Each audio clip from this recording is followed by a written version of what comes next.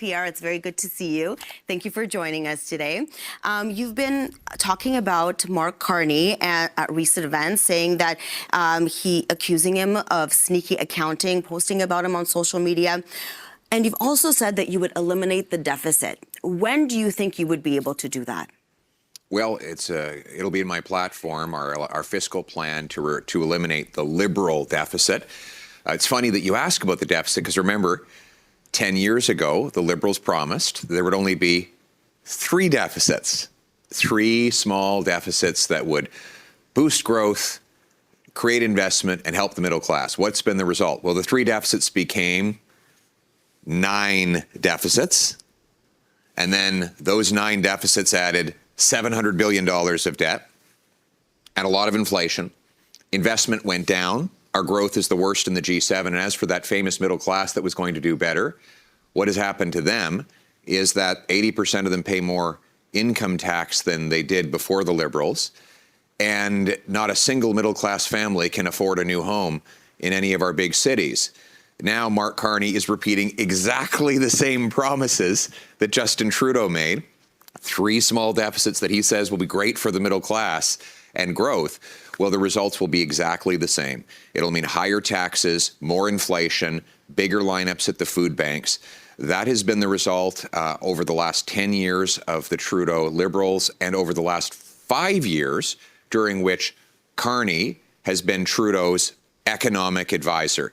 So if you want an end to these Liberal deficits that have driven up the costs for middle-class families, you have to vote for a real change with a common-sense Conservative government, and we're the ones that will deliver it. So if we're talking about a timeline for you to get rid of the deficit, what would that be? Well, the sooner the better. It's a Liberal deficit. So we have to get rid of Liberal waste. Under Trudeau-Carney Liberals, they have, for example, added 100,000 public servants. I'll be reducing the number of bureaucrats. They've doubled the budget for corporate welfare. I will be cutting that. They doubled the budget for consultants. I'll be cutting that. I'll be cutting back on foreign aid to bring our money back home to Canada, and I'll impose a dollar-for-dollar law that requires my ministers find $1 of savings for every new dollar of spending. The latest polling shows that there is narrowing between the Liberals and the Conservatives. Why do you think that is, and do you think that has anything to do with moving away from our Prime Minister, Justin Trudeau, and moving toward a new leader? Well, I think Mr. Carney is a very sneaky guy. He has been Trudeau's economic advisor for the last 5 years. And what has been the result? Housing costs have doubled. Lineups at food banks have doubled. The national debt has doubled. He has helped Justin Trudeau impose the carbon tax and pushed for that tax to go up even more. And now he plans a real sneaky trick. He's going to hide the carbon tax for 2 months right before the election so that it will not appear at the gas station. But after the election's over, he'll bring in a much bigger carbon tax. That's why the people keep calling him Carbon Tax Carney.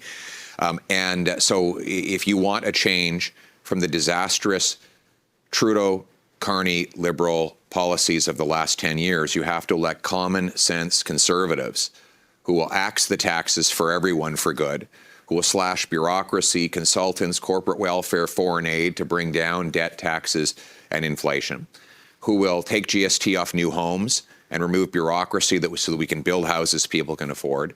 That's what real change is, and only common sense Conservatives can deliver it. Hear, hear. Let's talk about President Donald Trump. How would you handle him if, hypothetically speaking, you had a phone call with him today? What would that conversation be like? What would you say to him? Back off. One, we'll never be the 51st state. We will bear any burden and pay any price to protect our sovereignty. 2, we will respond to tariffs with retaliation, and I will use the dollars raised for those tariffs to save jobs in companies that are directly affected by a trade war, but also cut taxes for workers and businesses so that we can bring home the investment Liberals have driven south of the border. We need to be strong here at home. Under Carney, he supported Trudeau's decision to block pipelines and resource jobs in Canada while he invested in American coal and moved his headquarters from Canada to New York City, just like Trump wanted. We don't need a prime minister who's going to put America's economy first, as Carney did. We need a prime minister who will put Canada first.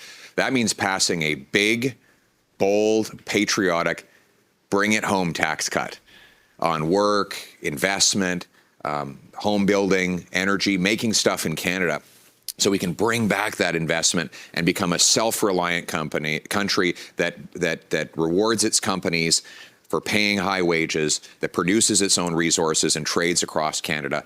That's what we're going to do when I'm Prime Minister, and that will make us strong to stare down Trump and any of the threats he puts forward. For months, you've said that Canada is broken. Now, in the wake of the tariff threats, of the threat of becoming the 51st state, do you still think that Canada is broken? I think the Liberals have broken everything.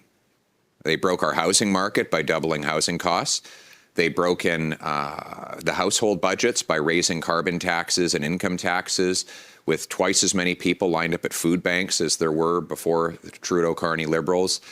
They've broken our criminal justice system with catch and release that has allowed criminals to rampage through our streets, gun crime having doubled.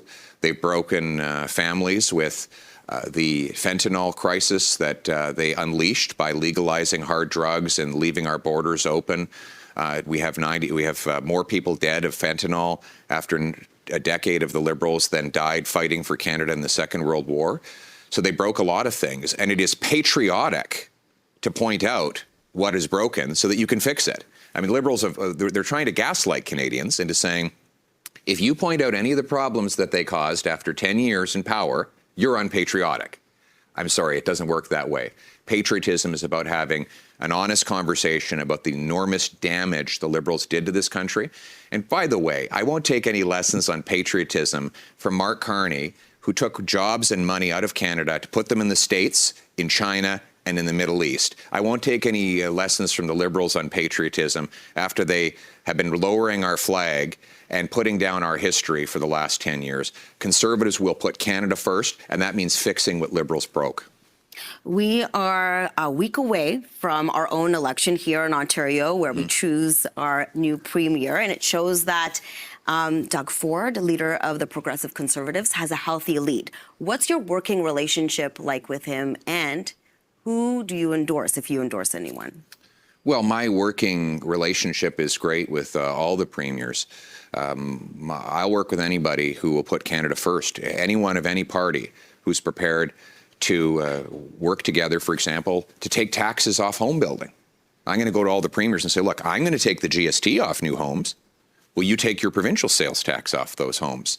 That would save over $100,000 for a young family trying to buy a home.